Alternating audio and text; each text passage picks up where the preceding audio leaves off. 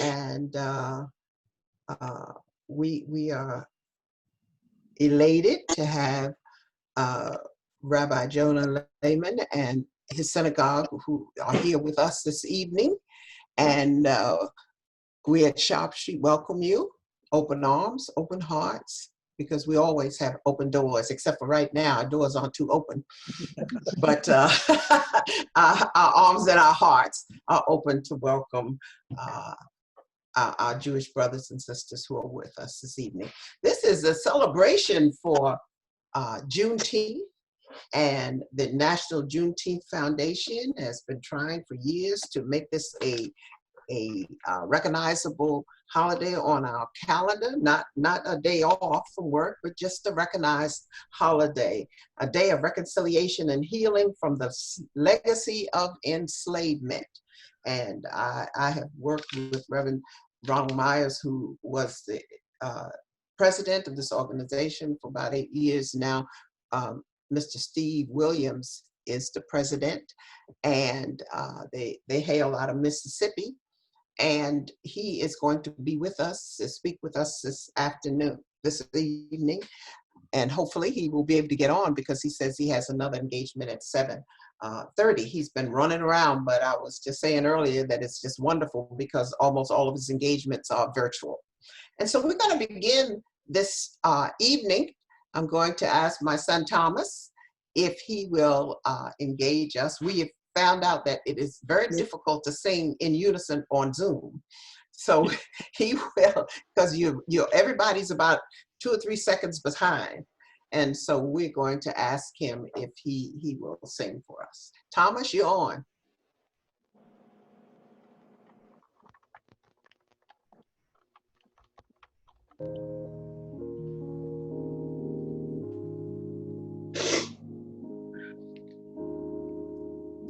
Oh, freedom. Oh, freedom. Oh, freedom over me. And before I'd be a slave, I'll be buried in my grave and go home to my Lord and be free. Oh, freedom. Oh, freedom. Oh, freedom over me. And before I be a slave, I'll be buried in my grave and go home to my Lord and be free. Thank you. And we are going to, oh, freedom. Oh, you're going to pep it up for us. Oh, freedom.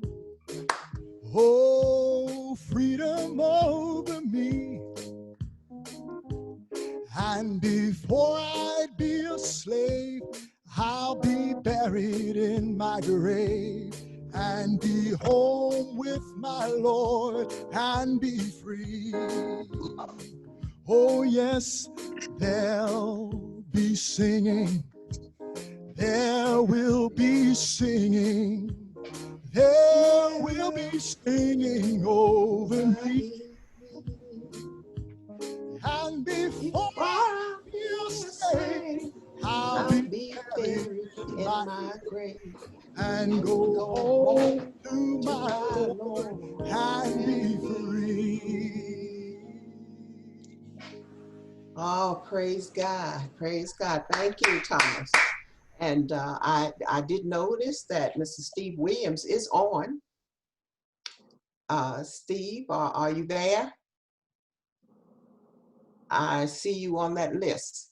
Steve Williams? No. Mm-hmm. Steve Williams from the National Juneteenth? Okay, I see him on the list. He's muted, Pastor. Okay, unmute. You can unmute him. Okay. It's just the host muted me. Yes, Yes. Oh, hi, Steve. How Hey, are you? How are Doctor, how you you? doing? I am I'm good. awesome. All It right. is good to see you. It is good to be seen. And before you begin, I want Audrey Page, one of our members, is going to read a poem put out by the National Juneteenth Foundation. Audrey, if you read that poem for us. Official Juneteenth poem. We rose from Africa's heart. We rose. Already a people. Our faces on our bodies lean. We rose.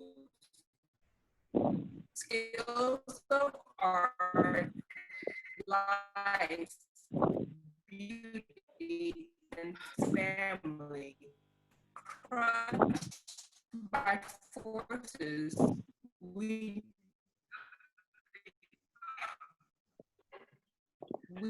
rose. Survive, we must, we did. We rose. We rose to be you. We rose to be above everything. We rose to become the knowledge we never knew. We rose. Dream.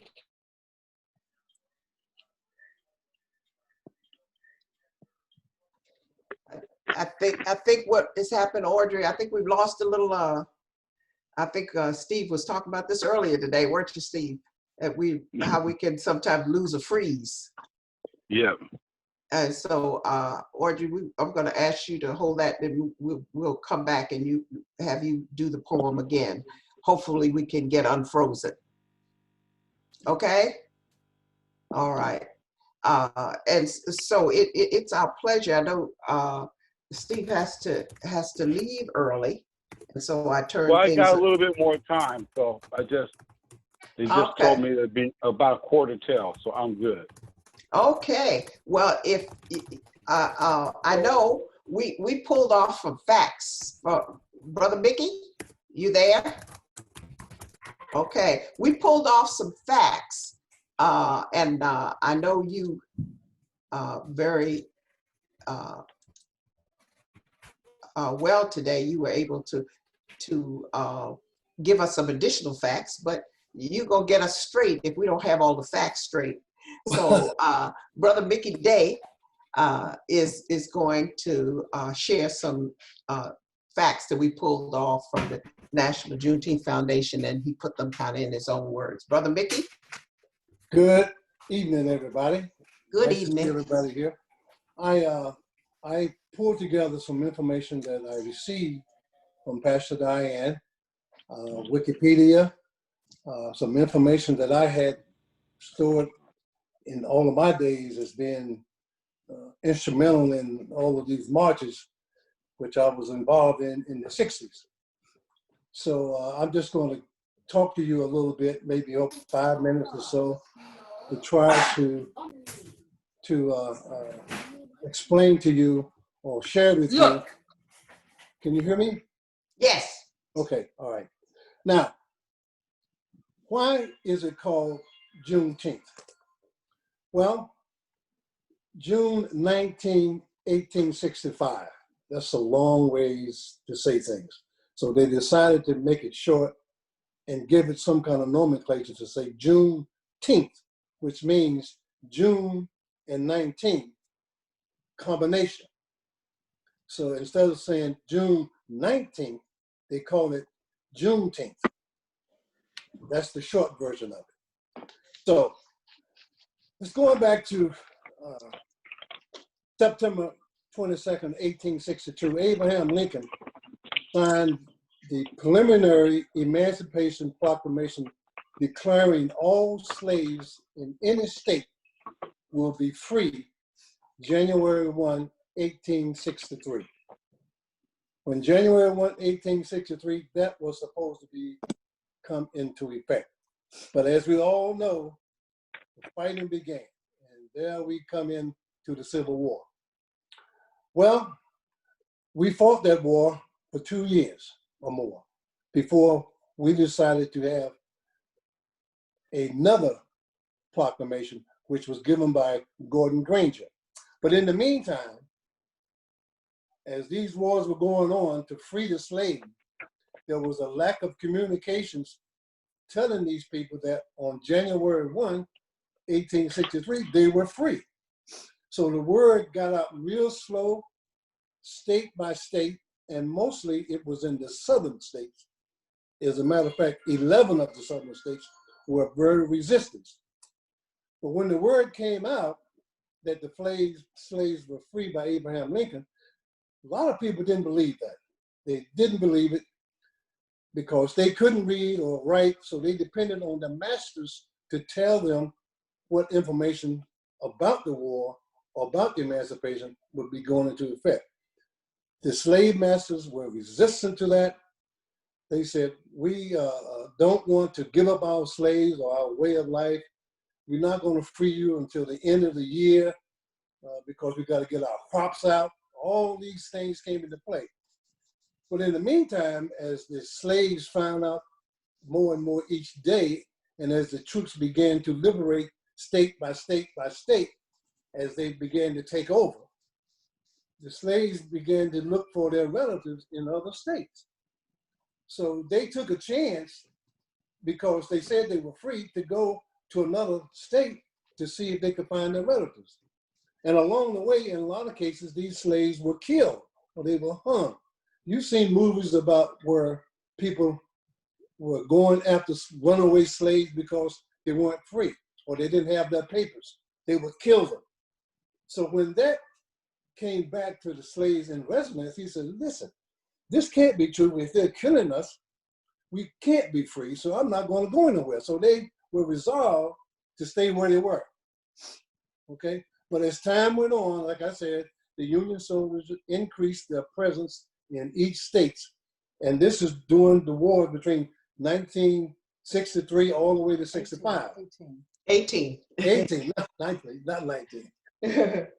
I was in the March of 1963. But in 1863, this war was still going on, and the states were being liberated one by one by one by one, very, very slowly, okay? Now, today, we have 46 states and one 47. territory. Well, 47 now. 47 states, one territory, 19 corporations. You're almost correct. You got a lot of things that you're missing, but I like what you're saying. Okay, but I'm getting to that. The 47 state today, I believe, became the Pennsylvania governor signed today. No, he did. He signed it last. He signed it last year. That was Ron Brown, who's a member of our Juneteenth organization. We did 43 of those states. Ron did that as a test for the federal legislation last year. Oh, did he? He did that so we could, he works with us. He's on the team to help write the legislation for the Juneteenth bill that is on Capitol Hill. So Okay, it's 47 states. And right now, today, we got confirmation that North Dakota and South Dakota put in their preliminary bill. So that only leaves Hawaii right now. Exactly. That leaves Hawaii. And is Montana, did they sign in? Montana came on in 2017 with Melvin Terry. He's part of the National Juneteenth Observance Foundation. We're the experts in Juneteenth, brother. That's what we do. All that we do is Juneteenth. Well, that's good. That's good. But like I said, I'm looking at old data, and you right on top of it. So it's good to let us know that it's correct. But we have 47 states, and we'll count it.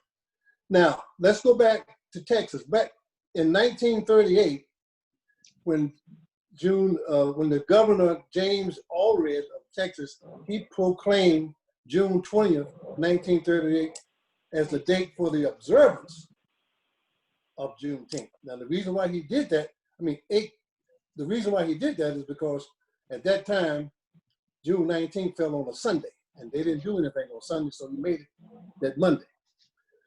But Texas became the first state to make June 19th an official state holiday, January 1, 1980. Okay? Now, Al Edwards. Correct me if I'm wrong. Al Edwards. Al Edwards, who just passed away this year. What did he do? Al Edwards was the legislator who introduced the bill. His name was Al Edwards, and he just passed away in March of this year. Okay, I don't know who introduced it, but I know Texas became the first state to officially make that a state holiday. And that was in Al Edwards. Yeah, okay, Al Edwards. Okay, 1980. Al Edwards introduced legislation. Yeah. Okay, now, as of today, and you can correct me if I'm wrong because it's your business, I have 3 states that are offering paid holidays or leave for state employees. That's the only 3 states that I have. They're Virginia, Pennsylvania, and New York. Now, Texas gives their employees an option to use one of their optional holidays or paid holidays to observe June 19th as a holiday. So Texas gives them an option to use one of 4 optional holidays. Now, last year, as I recall, if I read, the U.S. Senate passed a resolution last year recognizing June 19th as a national holiday, but it has not yet been approved by the House. Now, no. Am I correct there? No, not correct. Okay, what is it then? Last year, they approved a resolution that wasn't approved by the House. In order to get a bill, there has to be what they call a SJR, Senate Joint Resolution. And the joint resolution for the Juneteenth bill is called SJR 45-2012, introduced by Senator Kay Bailey Hutchinson. And that was after we got through ratification of Juneteenth. In order to get a holiday added on U.S. Code 36, the United States Constitution, there was a moratorium placed on holidays after Dr. King's birthday. After Dr. King's birthday, no more holidays unless 75% of the states recognize the specific event or day. So that was thus the beginning of the campaign to get all the states to recognize. The 39th state to recognize Juneteenth was Nevada in 2009. And that's when we got our bill a couple years later. So unless it starts in the House as an SJR, it's only a resolution, and then they send it to the House for concurrence. But that would not push a bill to go to the president's desk to sign. What we did this year is different. We did a joint resolution, and it's offered up by some people to go be signed on. Okay, well, my point was, I wasn't getting into the semantics of it. I was just stating that the Senate passed the resolution, but it has not every year since 1999, when we got them to apologize for slavery, a resolution has passed the House. Okay. Every year. And we knew it was going to pass last year because Senator Cornyn from Texas told us that he was not going to make it a holiday. He was only going to use it to elevate his status. Okay. And that was prompting Ms. Opal to start walking. Okay. Well, then we're getting a good education here. That's good. Now, since are you aware that there is a Juneteenth Observance Foundation based in Mississippi? That's his group. That's my group. Oh, okay. That's Doc Myers, brother. That's Doc Myers. That's my group. Okay. I mean, I appreciate you. I got a limited amount of time. I'm an expert. I can tell you what's going on, brother. I appreciate you. I know about the story, and the Juneteenth that you're talking about, and what the slaves running is a Louisiana-based Juneteenth thing that happened at the 13th. We know that there's more than one Juneteenth, which people don't understand. Al Edwards, who's a senator who put the legislation in Texas, really commercialized Juneteenth and used it as a tourist attraction for Texas. We're not mad at Al because of that. My family's from Oklahoma. We're one of the last surviving black towns, all black towns in Oklahoma, called Rennersville. Rennersville, Oklahoma is the home of John Hope Franklin, whose father, Charles Franklin, sued for the rebuilding of Black Wall Street, but didn't start it down. So your story's pretty good. The thing about the war is that the war, if they were in rebellion, the very first salvo for freedom was issued to the slaves in Washington, D.C. And this came after an event called the Pearl Schooner Affair. The Pearl Schooner Affair is when a bunch of slaves tried to escape, and they didn't come back, and they get caught them on a boat, and then Lincoln was able to wrestle some legislation to free them, and with that little crack that he got in, he was able then to get Congress to, on June 19th, 1862, develop a resolution to end and stop slavery in the territories. So remember, a nation is the states and its territories. Right. Okay. So, okay. Are you gonna? You want to go, or you want me to finish? Because I gotta get another. I'm on CBSN in just a few minutes. Well, let me finish this one thing right here. You got it. Okay. What I want to say is that Major General Gordon Granger from the Ashton Village stood and told the people of Texas that the people of Texas were informed that in accordance with a proclamation from the executive of the United States, all slaves are free. That's not Galveston. We don't subscribe to that narrative. So here's the narrative. When you talk to people, the oral history in Galveston, it says the black men with guns came. The U.S. colored troops cavalry, 29th out of Illinois, 31st out of New York, they came with guns, and they came on the 18th, and they saw what was happening. Granger's on the boat. They picked up Granger in Mobile, Alabama, and we got all this evidence on the site he was there. All the records, what the ship captain said. So Granger got picked up in Alabama because Galveston's an island, okay? And these black troops just captured General Lee. These are the black troops that just captured General Lee, and now they're on the steamship going to Mexico to defend America.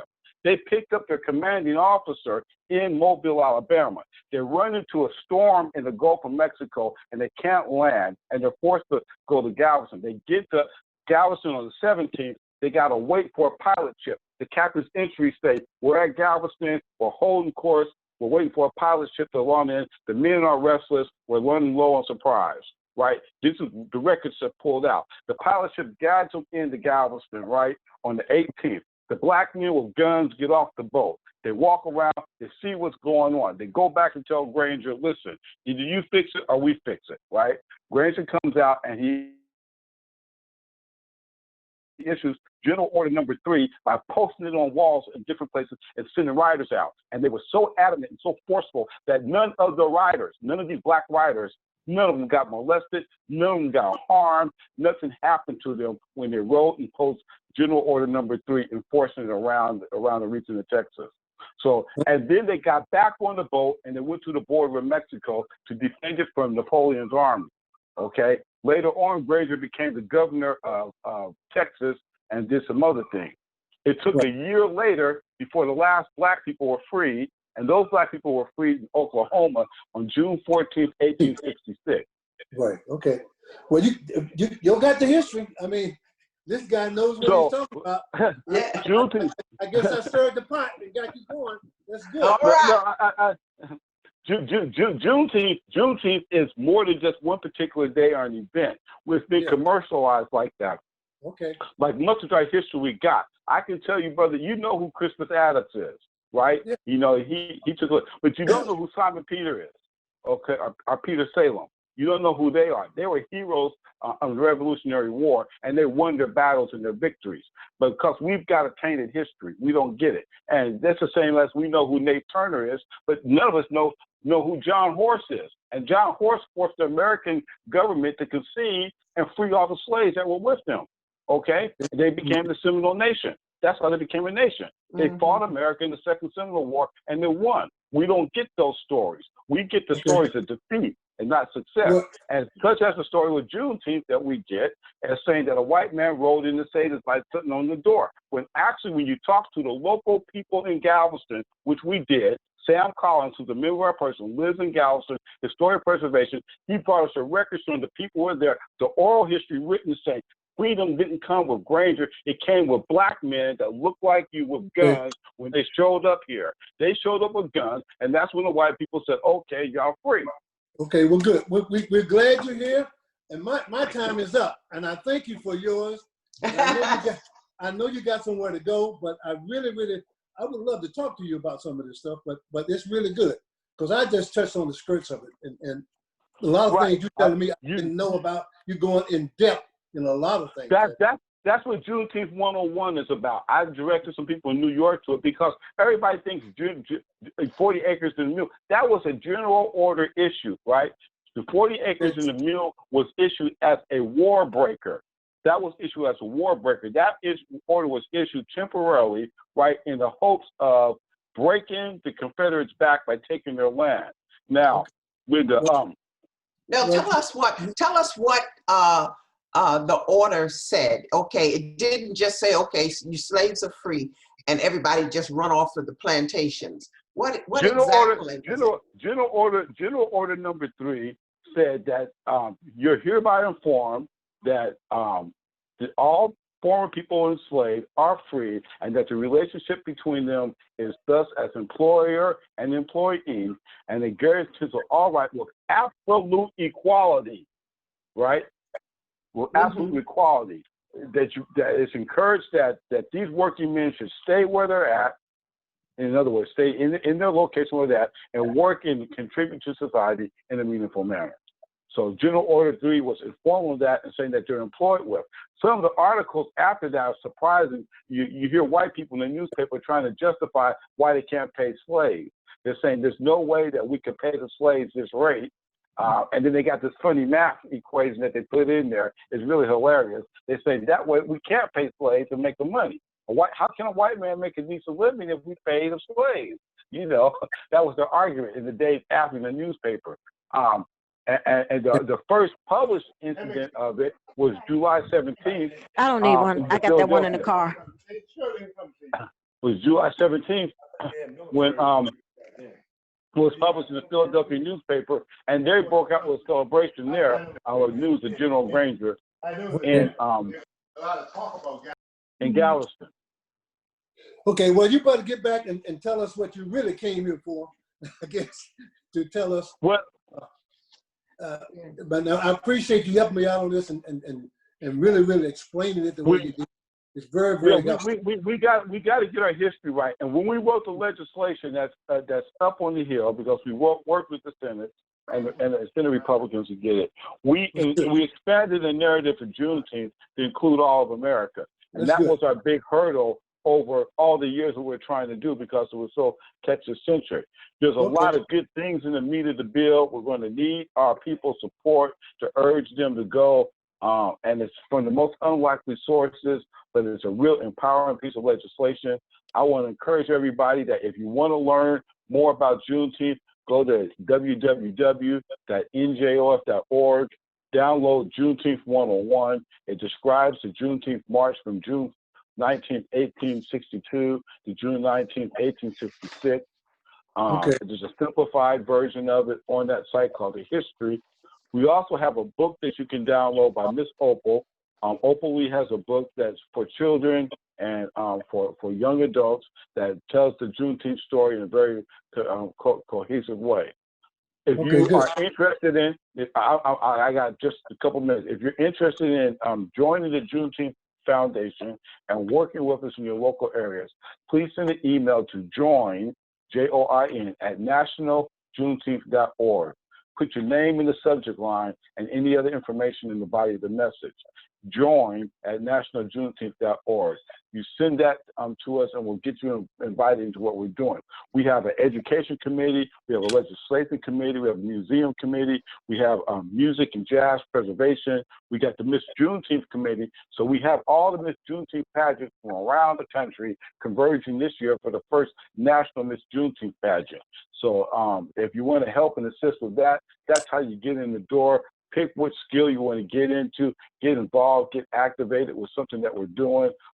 Learn the Juneteenth philosophy of cooperative economics, which is how we do this, and cooperative share resources in order to advance our cause and work good with each other. So we really are looking forward to working and expanding our network over the next year. The way things are panning out, 2021, will be a really okay, we're good. great We're good. Juneteenth. Okay. You think the bill is going to pass? The bill is going to pass, and the problem with the only hurdle you're going to have to hurdle is going to come from the Democrats. They came up a day late and $1 short. I can tell you this in confidentiality, okay? The bill that we got is extremely powerful. The bill that came down from the top Republicans for Juneteenth, right? Since it is Republican legislation, the bill that they came down, they took a lot that they learned from the malfunctions of the 400-Year Commission. And you know, we were very involved in the 400-Year Commission, right? With Calvin Pearson and Project 1619, we were very involved in definitely getting that, and we knew it was going to happen. And they applied it in a different way. They're going to empower Juneteenth with a federal commission with money behind it to do and effectively get things done. So that's the legislation that the Republicans are putting on. The Democrats got something that's not even a hopper yet. And, you know, and they haven't reached out to talk to the people. They're trying to write it themselves. The first thing that the Republicans did, and they know us, and we know all of them because you know, Pastor Proctor, how long we've been on the Hill doing this. You know, Doc Myers, I was 17 years of Doc Myers knocking on doors for him. I was 8. You know, you know, in the Senate, walking the halls, pushing Juneteenth. And they always said that we carried ourselves with a dignity far more above that of any other group of people. That's including the NAACP, the Black Caucus, the Urban League. We were always able to, and that's why they were willing to work with us. It's the status that Doc put for us. We were never hostile. We had one hostile breakout, but that wasn't. That was 2-3 years ago. Back then, yeah, the guy who did that, he went in there and went bananas. But and I helped Doc get in there. But so, you know, the process is, and I'm asking them, and it looks like it's okay to let us go out and push this legislation, you know, because the people that accept it, and it'll be good for them to accept this, and it's empowering. It'll be something in the final legislation, with the co-legislation, it's going to be something that we will be able to acknowledge in everyday life about Juneteenth, and that will empower us as a people, something that hasn't been done before. And so that's what we're working on, and that's what we're hoping to get out this legislation. So when we get to the point where I can get a lot more information behind it, I would love to come back to your group and really share it and release it. And we got to think about it. And the last thing I got to say before I go is, all this momentum and a lot of it done, and a lot of people, you go around the country, we owe it to a man. His name was the Reverend Ronald V. Myers, Sr., M.D., medical missionary, minister, musician, and dad, husband. You know, I love Doc. Doc was my man, and I appreciate him for all the stuff that he did for us. And every Juneteenth has been difficult, but you know what? Next year, we're really going to do it up. I got Barry Black promised to be at the breakfast, you know. So you're going to be there, Pastor Proctor? I'll be there. Lord, women, life, laugh, and death pass. I'll be there. But before you leave. They say, inshallah. That's how it's in Arabic. Inshallah. Yeah. And before you leave, if somebody else has a question for Mr. Steve Williams, who is the president of the National Juneteenth Foundation, now's the time to ask before he has to leave out the door real quick. Any questions? Any other questions? Okay. Rabbi Lehman, you got a question? Nope. Okay. All right. Well, you mean you all know about the black towns in Oklahoma and the economy and how it came to be from the freed black Indians and the black people, how they mingled together and developed the greatest economy that's ever seen on the earth, and you guys all know about that, then we should all be millionaires sitting there. we all should be kicking, we should all be kicking it like they did. It's like Black Wall Street, you know, they had it going on. I can't believe that. Yeah. You got a smart group here. Yeah, they all know about Black Wall Street, right, y'all? Y'all know how it got started? Maybe if you got a minute, you can do it real quick. And Before you Edward P. McCabe was in Kansas running for office. He was the first person to have a really deep office in Kansas. And then they rigged the election and forced him out. So he decided to leave from out the United States into the Oklahoma Territory. This is about the time of Bass Reeves. Bass Reeves was working in the Oklahoma Territories about that time, right, as a sheriff. And he developed the first all-black town in the Oklahoma Territory, Langston, Oklahoma. And Langston, Oklahoma was an all-black town that wasn't in the United States. And that he worked with the local people who had the rights to form the town and to vote and be citizens. So that was the first town that they did. Most of the black people there, that was the first all-black town. Most of the other towns were from freedmen, Freedman, which are different from freemen, Freeman, in Oklahoma. Both of them are black. Some of them are Native Americans and some of them are not. There's a lot of Native Americans that look just like us in Oklahoma. So after they were released from slavery in 1866, they developed little towns specializing in different products. And they exchanged their products between each other. And they created a network of towns that eventually strained up to Tulsa, Oklahoma. Then there was the big land rush and coming of the 1880s, when a lot of black people were escaping America to go to the all-black promised land of Oklahoma to become an all-black state. And they helped enhance these towns and the economy there. The economic cycle, the currency they were using, circulated about 8 to 9 times in one economic cycle. That's extraordinary because even in the roaring 20s, economically, the dollar at the highest only circulated 3 times in the economic cycle. So we're just now understanding all this and what they did and how they did it, and there's people in Oklahoma actively studying it. So that economy that black people had, culture that black people had, is something that was systematically destroyed by the government after the rebuilding of Black Wall Street. After they rebuilt Black Wall Street, the government went on a campaign of implementing eminent domain and paving the highways and busting up black towns, so there's only 13 of them left today. And my family's hometown of Rennersville, Oklahoma, home of John Hope Franklin, home of the Honey Springs, and the home of barbecue. The barbecue. One last 30-second story. Barbecue, most of the cattle came from Texas, Fort Worth, Texas, where my uncle, who's the first black city manager there, they got a statue of him. He did the cattle drive through there, right? Bob Terrell. Most of the time what happened is the ranchers would bring all their cows to Fort Worth, and then they would drive the cows from Fort Worth to Kansas City, where the railhead was at. They were driving to the butchers up there. And Rennersville, Muskogee, is 1-day ride out from Fort Worth. So they would ride with the cows out of Fort Worth, and then the brothers, black men who were the cowboys, right? They would look and see which of these cows ain't going to make it to Kansas City.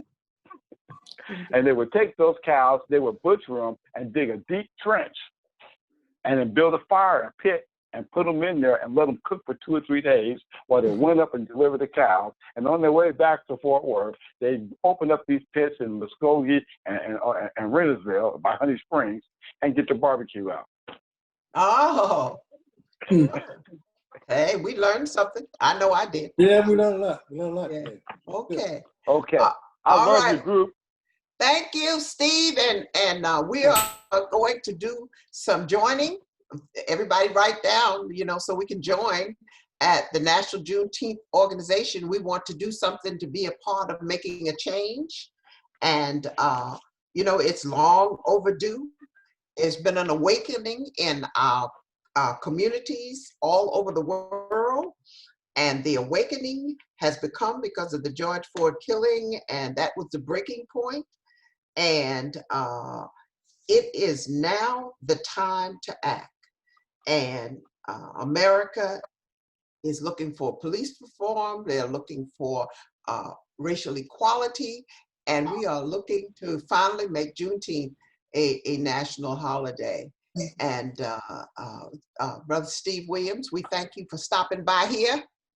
And thank you very much.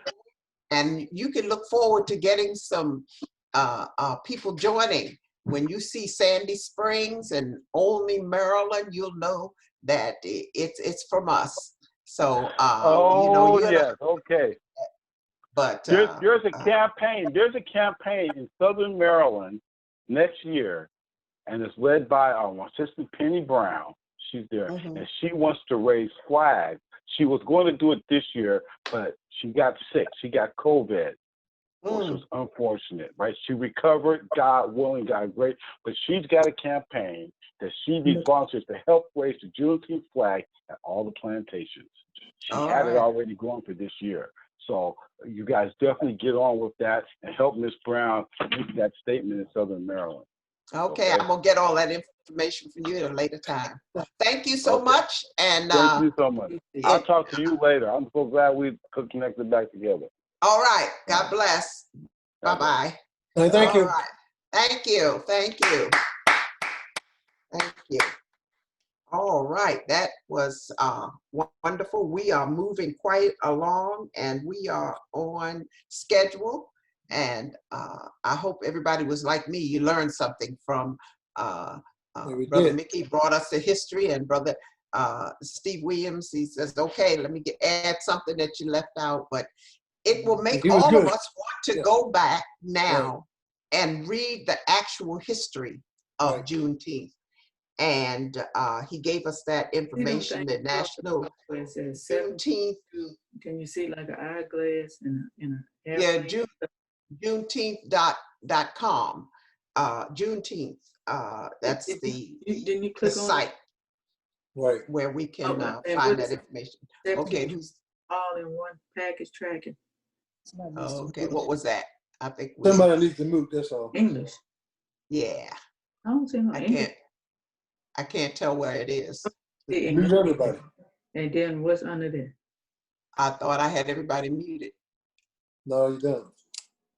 Okay. No. All right. Okay. But we want to invite now that Rabbi Jonah Lehman will come and share some talks from his perspective. Everything. Then Rabbi? Yes, I'm here. And I also hear that voice in the background. I can't figure out where it's from. I thought everybody was I thought I had muted everyone. I just want to share a brief thought and a prayer for us. And I just want to, with great humility, thank you, Pastor Diane, and the Sharp Street Church for inviting us in this evening to join this very sacred event, an important moment in Black history in America. I feel very humble and very pleased to be part of this. And I just thank you with all my heart for inviting me and inviting our congregation to join you this evening, just as you did 2 weeks ago. And the history that Mickey and Steve shared is also humbling, because I really didn't know much of that history myself, and I'm ashamed to say that it wasn't taught in the it wasn't taught in schools that I went to, and I was a history major. So, what is Pastor Diane? It's a screen that's Maria's iPad, I think it is. Yeah, Marie's iPad. If you can mute that, that would be helpful. There you go. Okay. So what I do want to say is that with all humility, how can we respond? How we as a Jewish community can respond to the history that we're hearing together this evening, how we can show with all sincerity that we want to be with you and fighting with you for social justice in our community and in America at large. Behind my head, I'm in the sanctuary of our synagogue this evening, and behind me, under that window, are Hebrew words that are from the Torah, the 5 books of Moses, from the book of Numbers. We might be familiar with this threefold blessing. This is one line from it. May God bless you and guard you. May God shine his countenance upon you and be gracious unto you. That's what that line is. May God shine his light upon you and be gracious unto you. May God lift up his countenance upon you and grant you peace. How can we, as human beings, receive God's blessing? How can we merit receiving such glory and such blessing from God? A sense that God's light is shining on us, a sense that we have inner peace. And I would argue that the only way that we can feel God's presence and God's light on us is if we follow in God's way. If we follow the dictates of the Bible, if we live up to the commandments that are in there to love our neighbor as we would be loved, to pursue justice shall you pursue, love the stranger as you would be loved, that is, and to understand that we are all created in God's image. It's only if we live up to those very sacred and very significant ideals, if we live up to them, then we can feel God's light shining on us, and we can feel blessed by God, and we can feel that sense of inner peace. And so I hope and pray this evening, Pastor Diane, the Sharp Street Church, Shaare Tefila congregation, I pray with all my heart this evening that we can live up to those ideals so that we can feel God's light, that we can feel God's presence in our lives. If we can live up to love your neighbor as you would be loved, if we pursue justice, if we see all people as created in God's image, then we can feel God's blessing. So may it be. Amen. Amen. The words that you spoke that are on the back of your synagogue are the words we say on Sunday morning so often as we are leaving out of our worship service. Right. And, we think about it. It's not how it happened at all on January the 1st, 1863. Abraham Lincoln did not free the slaves with the stroke of his pen. With everyone leaving their plantations to begin their lives as free women and men.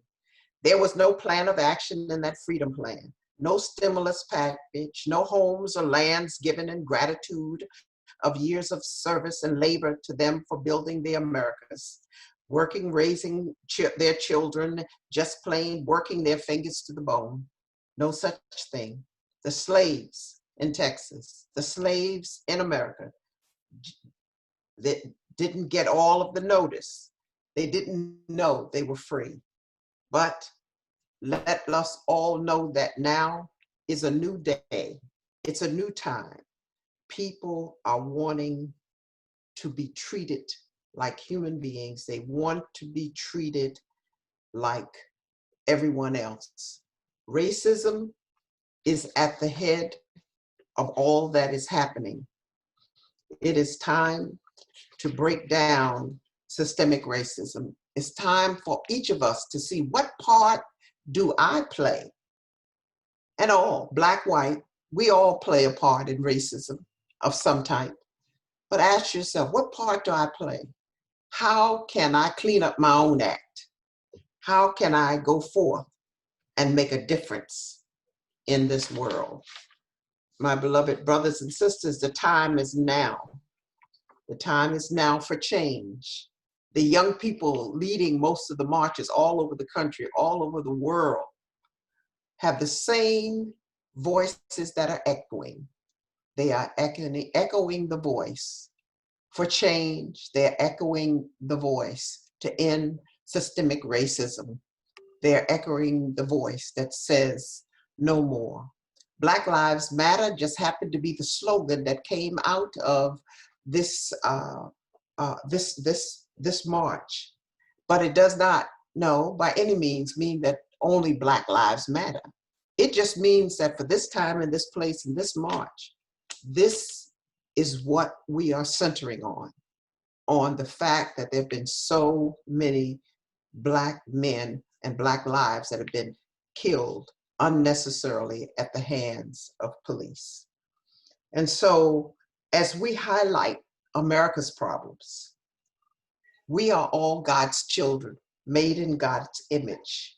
And it is time for us to stand up and be counted as people who want to make a change, people who live dedicating their lives that all men, women, boys, and girls are free.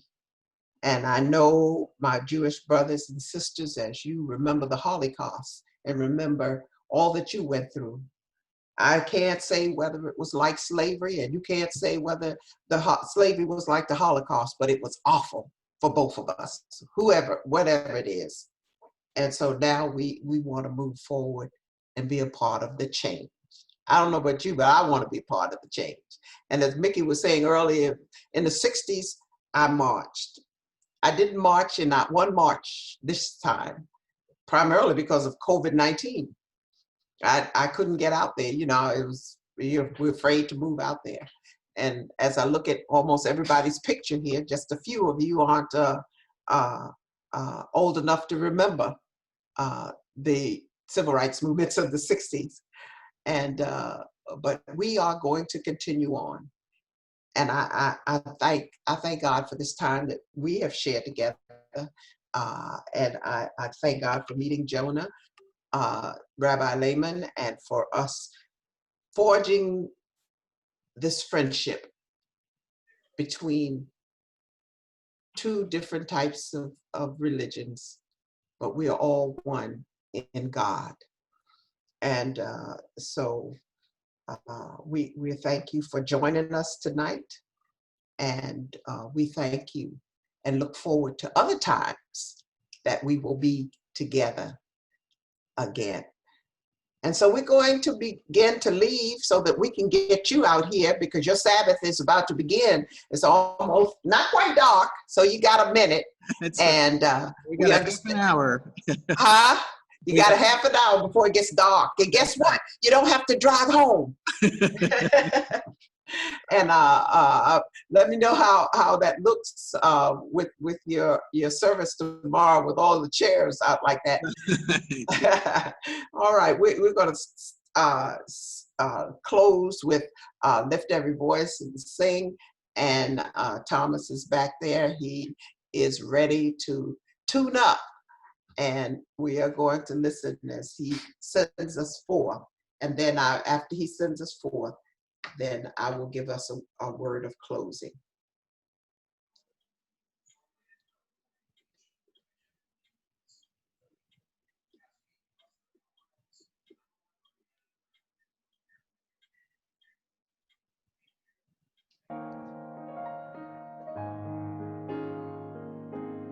Lift every voice and sing till earth and heaven ring with the harmonies of liberty. Let our rejoicing rise high as the listening skies. Let it resound loud as the rolling sea. Sing a song full of the faith that the past times has taught us. Sing a song full of the hope that the present has brought us.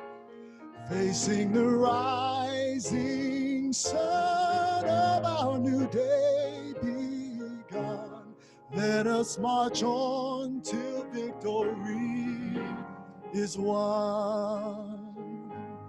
God of our weary years, God of our silent tears, thou who hast brought us thus far on the way, thou who hast by thy might led us into the light, keep us forever in the path we pray. Lest our feet stray from the places, our God, where we meant to be. Lest our hearts, drunk with the wine of the world, we forget thee. shadowed beneath thy hand, may we forever stand true to our God, true to our native land. Amen. Amen.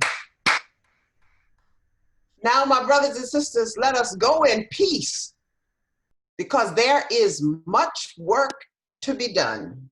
Let us go in peace, and may the Lord Jesus Christ go with you. May the sweet continence of his spirit rest, rule, and abide with you now, henceforth,